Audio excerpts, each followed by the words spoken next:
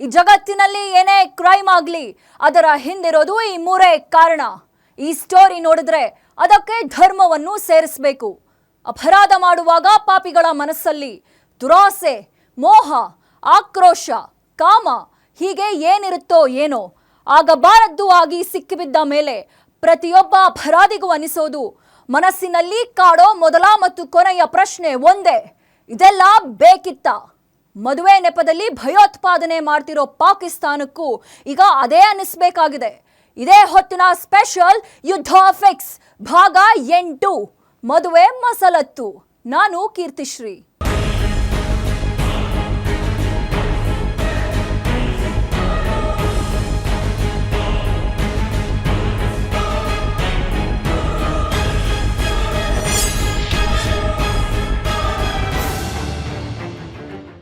ಪ್ರೀತಿಗೆ ಧರ್ಮವಿಲ್ಲ, ಪ್ರೀತಿಗೆ ಜಾತಿ ಇಲ್ಲ, ಪ್ರೀತಿಗೆ ದೇಶ ಭಾಷೆಗಳ ಗಡಿ ಇಲ್ಲ. ಹೀಗೆ ಪ್ರೀತಿ ಮದುವೆ ನೆಪದಲ್ಲಿ ಪಾಕಿಸ್ತಾನದ ಸೊಸೆಯಂದಿರು ಭಾರತಕ್ಕೆ ನುಗ್ಗುತ್ತಿದ್ದಾರೆ. ಮದುವೆ ಬ್ರಹ್ಮಾಸ್ತ್ರ ಹಿಡ್ಕೊಂಡು ಬಂದವರು ಇಲ್ಲೇ ಜಾಂಡ ಊರ್ತಿದ್ದಾರೆ. ಪಾಕ್ನಿಂದ ಡೆಲಿವರಿಗೆ ಹೆಣ್ಮಕ್ಳು ಭಾರತಕ್ಕೆ ಬಂದ ಮೇಲೆ ನೋಡ್ತಿದ್ದಂತೆ ಇಡೀ ಖಾನ್ದಾನೆ ದೇಶದೊಳಗೆ ನುಸುಳುತ್ತೆ. ಹೀಗೆ ಪ್ರೀತಿ ಮದುವೆ ಮಸಲತ್ತು ಮಾಡಿ ಲಕ್ಷಾಂತರ ಪಾಕಿಗಳು ದೇಶದಲ್ಲೇ ಬೀಡು ಬಿಟ್ಟಿರೋ ಭಯಾನಕ ಸತ್ಯ ಬಯಲಾಗಿದೆ.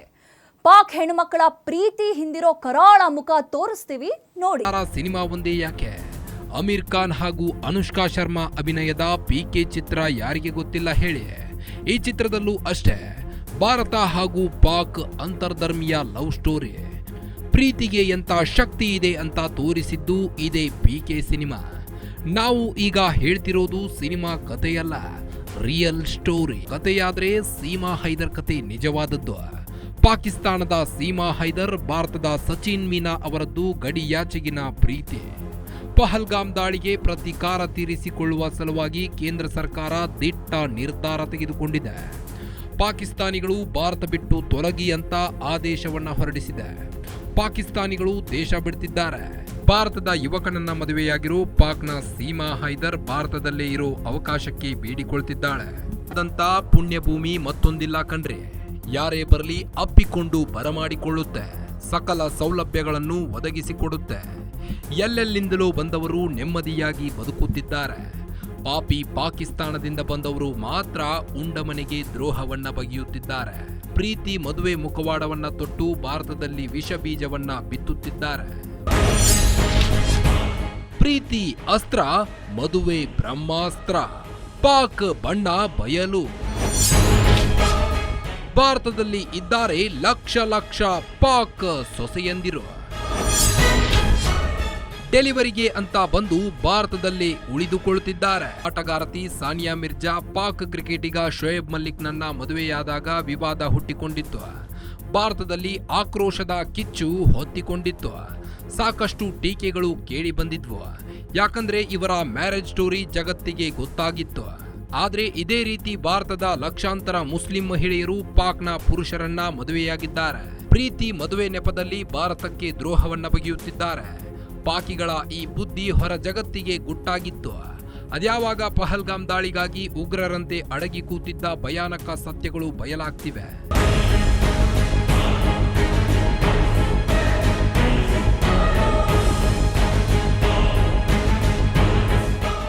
ಕಾಶ್ಮೀರದ ಪಹಲ್ಗಾಮ್ನಲ್ಲಿ ಏಪ್ರಿಲ್ 22ರಂದು ಉಗ್ರರ ದಾಳಿ ನಡೆದಿತ್ತು. ಇದಕ್ಕೆ ಪ್ರತಿಯಾಗಿ ಭಾರತ ಕಠೋರ ನಿರ್ಧಾರಗಳನ್ನ ತೆಗೆದುಕೊಂಡಿದೆ. ದೇಶದಲ್ಲಿರೋ ಪಾಕ್ ಪ್ರಜೆಗಳ ವೀಸಾವನ್ನ ರದ್ದುಗೊಳಿಸಿದೆ. ಭಾರತ ಬಿಟ್ಟು ತೊಲಗಿ ಅಂತ ಆದೇಶವನ್ನ ಹೊರಡಿಸಿದೆ. ಡೆಡ್ಲೈನ್ ಬಳಿಕವೂ ಭಾರತದಲ್ಲಿ ಜಾಂಡ ಊರಿದ್ರೆ ಕಠಿಣ ಕ್ರಮ ತೆಗೆದುಕೊಳ್ಳುವುದಾಗಿ ವಾರ್ನಿಂಗ್ ಕೊಟ್ಟಿದೆ. ಕಳೆದ 6 ದಿನದಲ್ಲಿ 58 ರಾಜತಾಂತ್ರಿಕರು, ಅವರ ಸಂಬಂಧಿಕರು, ಪಾಕ್ ವೀಸಾ ಹೊಂದಿದ 8 ಮಂದಿ ಭಾರತೀಯರು ಸೇರಿ ಒಟ್ಟು 786 ಪಾಕಿಸ್ತಾನಿಯರು ದೇಶ ಬಿಟ್ಟಿದ್ದಾರೆ. ಇದರ ಮಧ್ಯೆ ಬಿಜೆಪಿ ಸಂಸದ ನಿಶಿಕಾಂತ್ ದುಬೆ ಎಕ್ಸ್ನಲ್ಲಿ ಪೋಸ್ಟ್ ಒಂದನ್ನ ಶೇರ್ ಮಾಡಿ ಪಾಕಿಸ್ತಾನಿಗಳ ಅಸಲಿ ಮುಖವಾಡವನ್ನ ಕಳಚಿದ್ದಾರೆ. ಭಾರತೀಯರನ್ನು ಮದುವೆಯಾಗಿ ಇಲ್ಲಿನ ಪೌರತ್ವ ಪಡೆಯದೆ ಲಕ್ಷಾಂತರ ಪಾಕಿಸ್ತಾನಿ ಮಹಿಳೆಯರು ವಾಸವನ್ನ ಮಾಡುತ್ತಿದ್ದಾರೆ. ಇದರ ಬಗ್ಗೆ ಆತಂಕ ವ್ಯಕ್ತಪಡಿಸಿರೋ ಸಂಸದ ನಿಶಿಕಾಂತ್ ದುಬೆ ಪಾಕಿಸ್ತಾನ್ ಉಗ್ರವಾದದ ಹೊಸ ಮುಖ ಅಂತ ಕರೆದಿದ್ದಾರೆ. ಪಾಕಿಸ್ತಾನದ ಹೊಸ ರೀತಿಯ ಉಗ್ರವಾದದ ಮುಖ ಈಗ ಅನಾವರಣಗೊಳ್ಳುತ್ತಿದೆ. ಸುಮಾರು 5 ಲಕ್ಷಕ್ಕಿಂತ ಅಧಿಕ ಪಾಕಿಸ್ತಾನಿ ಮಹಿಳೆಯರು ಮದುವೆಯಾಗಿ ಭಾರತದಲ್ಲೇ ನೆಲೆಸಿದ್ದಾರೆ. ಆದರೆ ಇದುವರೆಗೆ ಇಲ್ಲಿನ ಪೌರತ್ವವನ್ನು ಪಡೆದುಕೊಂಡಿಲ್ಲ. ದೇಶದೊಳಗೆ ನುಸುಳಿದ ಇಂತಹ ಶತ್ರುಗಳ ವಿರುದ್ಧ ಹೋರಾಡುವುದು ಹೇಗೆ? ನಿಶಿಕಾಂತ್ ದುಬೆ ಬಿಜೆಪಿ ಸಂಸದ. ಬಿಜೆಪಿ ಸಂಸದ ನಿಶಿಕಾಂತ್ ದುಬೆ ಮಾಡಿರೋ ಪೋಸ್ಟ್ ಸೋಷಿಯಲ್ ಮೀಡಿಯಾದಲ್ಲಿ ಸಂಚಲನವನ್ನ ಸೃಷ್ಟಿಸಿದೆ. ದೇಶದೊಳಗಿರುವ ಶತ್ರುಗಳ ವಿರುದ್ಧ ಹೋರಾಡುವುದು ಹೇಗೆ ಅಂತ ಪ್ರಶ್ನೆ ಮಾಡಿದ್ದಾರೆ. ಇದಕ್ಕೆ ಲಕ್ಷಾಂತರ ಜನ ದೇಶದ ಆಂತರಿಕ ಸುರಕ್ಷತೆ ಬಗ್ಗೆ ಭಯವನ್ನ ವ್ಯಕ್ತಪಡಿಸಿದ್ದಾರೆ. ಇಂತಹವರನ್ನ ಕೂಡಲೇ ಗುರುತಿಸಿ ಸೂಕ್ತ ಕ್ರಮ ತಗೋಬೇಕು ಅಂತ ಒತ್ತಾಯ ಮಾಡ್ತಿದ್ದಾರೆ. 1965ರಲ್ಲಿ ಭಾರತಕ್ಕೆ ನುಗ್ಗಿದ ಕುಟುಂಬ, ಅಕ್ರಮವಾಗಿ ನೆಲೆ. ಫಾರೂಕ್ ಅಬ್ದುಲ್ಲಾ ನೇತೃತ್ವದಲ್ಲಿ ಪತಿಗೆ ಪೊಲೀಸ್ ಕೆಲಸ.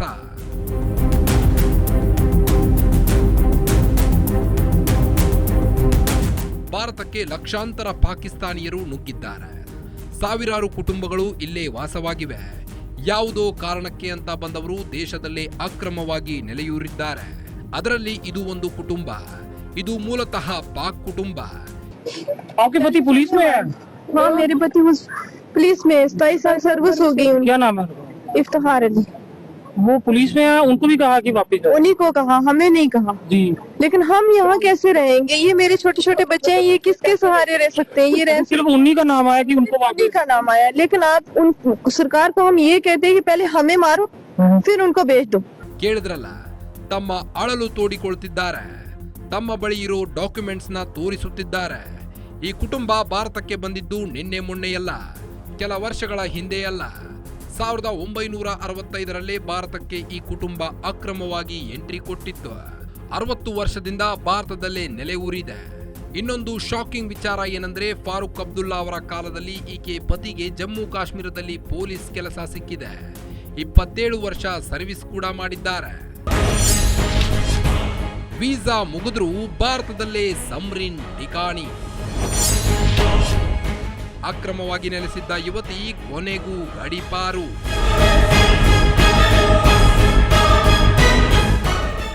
ಈಕೆ ಹೆಸರು ಸಮ್ರಿನ್ ಅಂತ.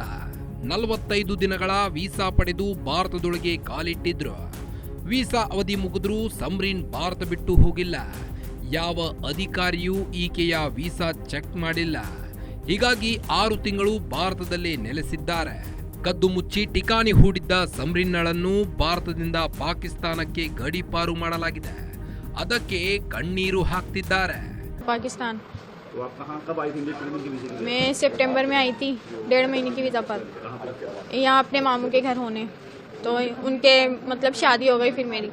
और 6 महीने के लिए मैंने नूरी वीज़ा के लिए अप्लाई किया था, पर मुझे दिया नहीं गया नूरी वीज़ा। मतलब मैं पेंडिंग पर थी, तो अब अचानक से बोल दिया कि अब जो हैं वो जाएंगे। वही कि अभी मेरी आई नहीं ना, LTP वीज़ा नहीं आई ना मेरी, इस वजह से मुझे जाने को बोल दिया। आपकी शादी इधर हुई है? हाँ, शादी इधर हुई है। आप रहती पाकिस्तान में। तो जो हालात में जो हमला हुआ था उसको कैसे देखते हैं आप? भाई जिन्होंने किया है, मैं तो कहूँगी उनसे जाके पूछा जाए इसमें हमारा क्या कसूर है, हमें क्यों निकाला जा रहा है, हमें क्यों सजा दी जा रही है? हमारे साथ जो रहा है इसका जिम्मेदार कौन होगा? ಇವರಷ್ಟೇ ಅಲ್ಲ, ಇಂತಹ 5 ಲಕ್ಷ ಮಹಿಳೆಯರು ಭಾರತದಲ್ಲಿ ಅಕ್ರಮವಾಗಿ ನೆಲೆಸಿದ್ದಾರೆ. ಭಾರತದ ಪೌರತ್ವದಲ್ಲೇ ವಾಸ ಮಾಡ್ತಿದ್ದಾರೆ.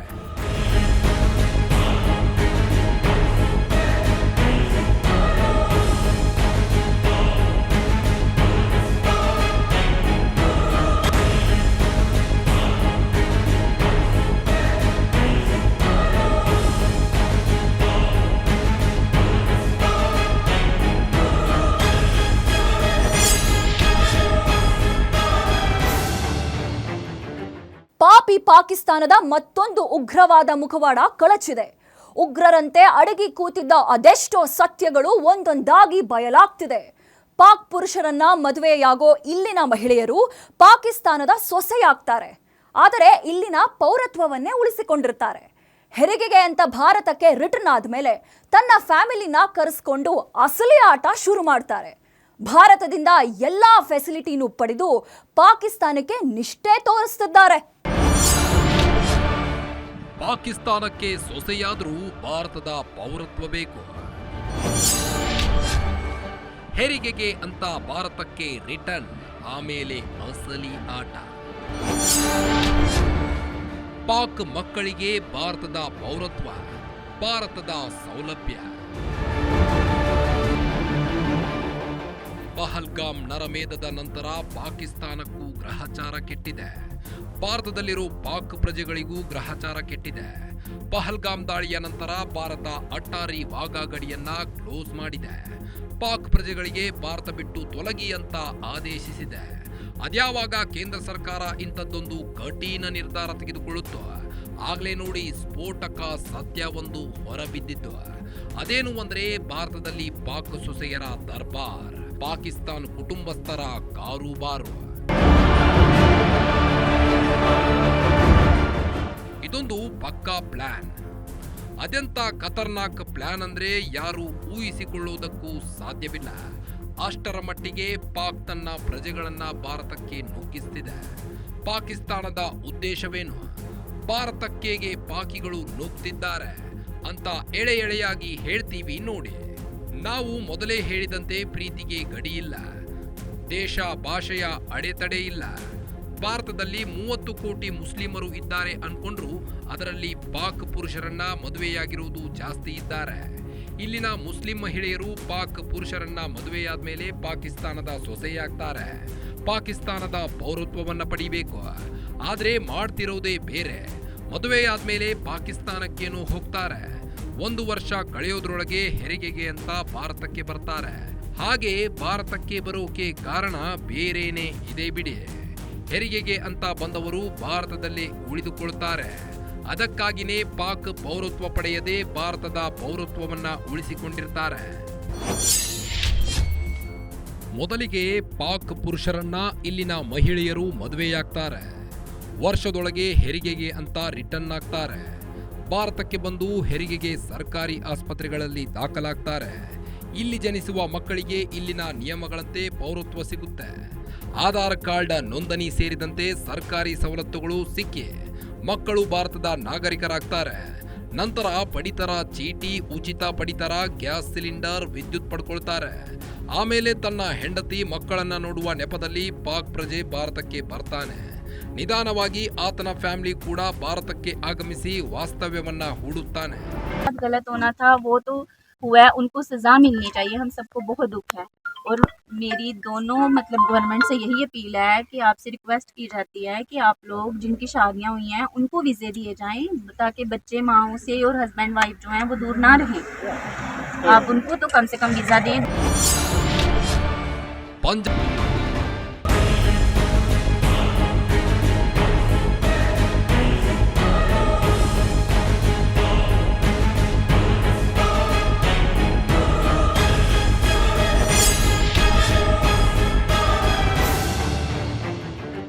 ಉಂಡ ಮನೆಗೆ ದ್ರೋಹ ಬಗೆಯೋದನ್ನ ಪಾಕಿಸ್ತಾನಗಳನ್ನ ನೋಡಿ ಕಲಿಬೇಕು.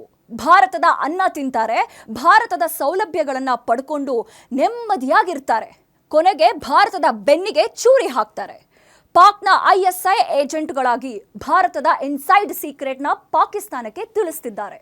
ಹಾಗಾದ್ರೆ ಭಾರತದಲ್ಲಿರೋ ಪಾಕಿಗಳಿಂದನೇ ದೇಶಕ್ಕೆ ಅಪಾಯ ಕಾದಿದೆಯಾ? ಪಾಕಿಸ್ತಾನದ ಹಾಕಿರೋ ಸ್ಕೆಚ್ ಯಾವುದು? ತೋರಿಸ್ತೀವಿ ನೋಡಿ ಸ್ಟೋರಿಯಲ್ಲಿ. ತಿನ್ನೋದು ಭಾರತದ ಅನ್ನ, ಪಾಕಿಸ್ತಾನದ ದೇಶ ಪ್ರೇಮ. ISI ಏಜೆಂಟ್ಗಳಾಗಿ ಕೆಲಸ, ಪಾಕ್ಗೆ ಭಾರತದ ಮಾಹಿತಿ. ಭಾರತದಲ್ಲಿ ನೆಲೆಸಿರೋ ಸಾವಿರಾರು ಕುಟುಂಬಗಳು ತಮ್ಮ ಹೆಣ್ಣು ಮಕ್ಕಳನ್ನ ಪಾಕ್ ಪುರುಷರಿಗೆ ಕೊಟ್ಟು ಮದುವೆ ಮಾಡ್ತಿದ್ದಾರೆ. ಇಲ್ಲಿನ ಪಾಕ್ ಪ್ರಜೆಗಳ ದೇಶ ಪ್ರೇಮ ಎಂಥದ್ದು ಅಂತ ಯೋಚಿಸಿ. ಇದು ಮುಂದೊಂದು ದಿನ ದೇಶಕ್ಕೆ ಅಪಾಯಕಾರಿಯಾದರೂ ಆಗಬಹುದು. ಪಾಕಿಸ್ತಾನದ ವಿರುದ್ಧ ಕ್ರಮ ಕೈಗೊಂಡ ನಂತರ ದೇಶದಲ್ಲಿ ವಾಸಿಸುವ ದೇಶದ್ರೋಹಿಗಳ ವಿರುದ್ಧ ಕ್ರಮ ಕೈಗೊಳ್ಳಬೇಕು ಅಂತ ಆಗ್ರಹ ಕೇಳಿ ಬರ್ತಿದೆ. ಪಹಲ್ಗಾಮ್ ದಾಳಿಯ ಬಗ್ಗೆ ಪ್ರಶ್ನೆ ಮಾಡಿದ್ದಕ್ಕೆ ಹುಡುಗ ಪಾಕಿಸ್ತಾನ ಅಂತಾನೆ. ಪಾಕ್ ಹೆಸರು ಹೇಳ್ತಿದ್ದಂತೆ ಆಕೆ ತಾಯಿ ಕೆನ್ನೆಗೆ ಬಾರಿಸಿದ್ದಾರೆ.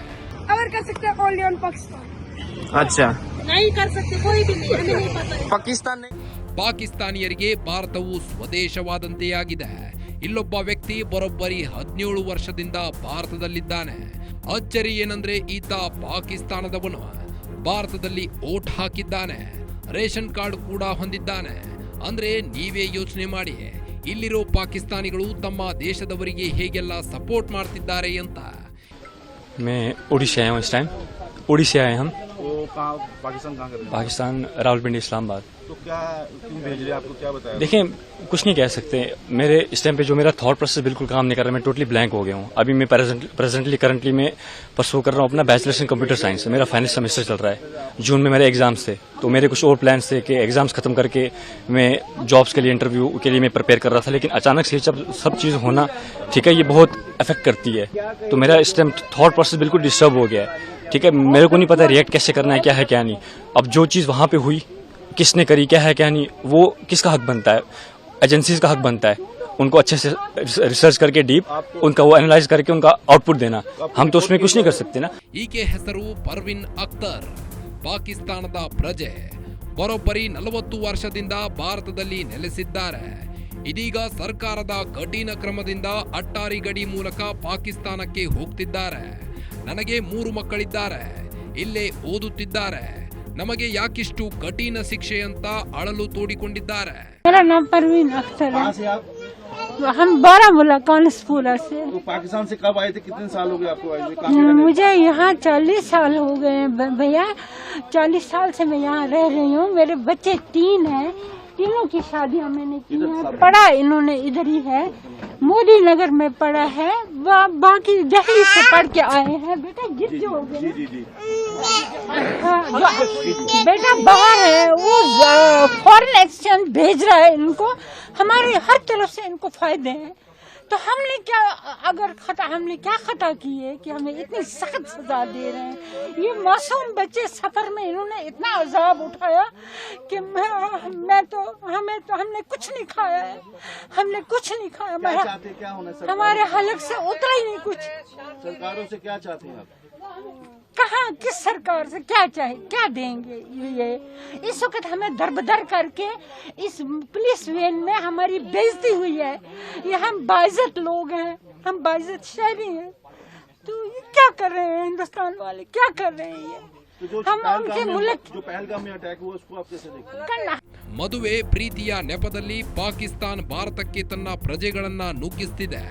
ಪಾಕ್ ಪುರುಷರನ್ನ ವಿವಾಹವಾಗುವ ಮಹಿಳೆಯರನ್ನು ನೋಡೋದಕ್ಕೆ ಕರ್ಕೊಂಡು ಹೋಗೋಕೆ ಬರುವ ಪಾಕಿಸ್ತಾನಿಯರಿಗೆ ಭಾರತದ ವಿರುದ್ಧ ಸಂಚು ರೂಪಿಸಲು ಐಎಸ್ಐ ಕುಮ್ಮಕ್ಕು ಕೊಡಬಹುದು. ಭಾರತದಲ್ಲಿ ಹೆಚ್ಚಿನ ಪಾಕ್ ಪ್ರಜೆಗಳು ಇರೋದ್ರಿಂದ ಭಾರತದ ಆಂತರಿಕ ವಿಚಾರಗಳು ಪಾಕಿಸ್ತಾನಕ್ಕೆ ಸಲೀಸಾಗಿ ಸಿಗ್ತವೆ.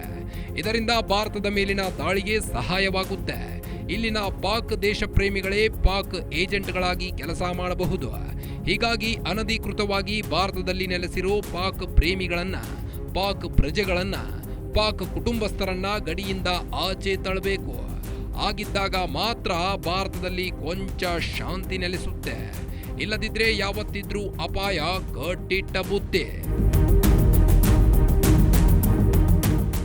ಶತ್ರು ದೇಶದ ಜನರು ದೇಶದೊಳಗೆ ಇದ್ದಷ್ಟು ಭಾರತಕ್ಕೆ ಡೇಂಜರ್.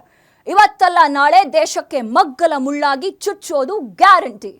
ಮದುವೆ ಮಸಲತ್ತು ಮಾಡಿ ಭಾರತದೊಳಗೆ ನುಸುಳಿರೋ ಪಾಕಿಗಳನ್ನ ಗಡಿಯಿಂದ ಆಚೆ ತಳ್ಳಿದ್ರೇನೆ ಶಾಂತಿ ನೆಲೆಸೋದು.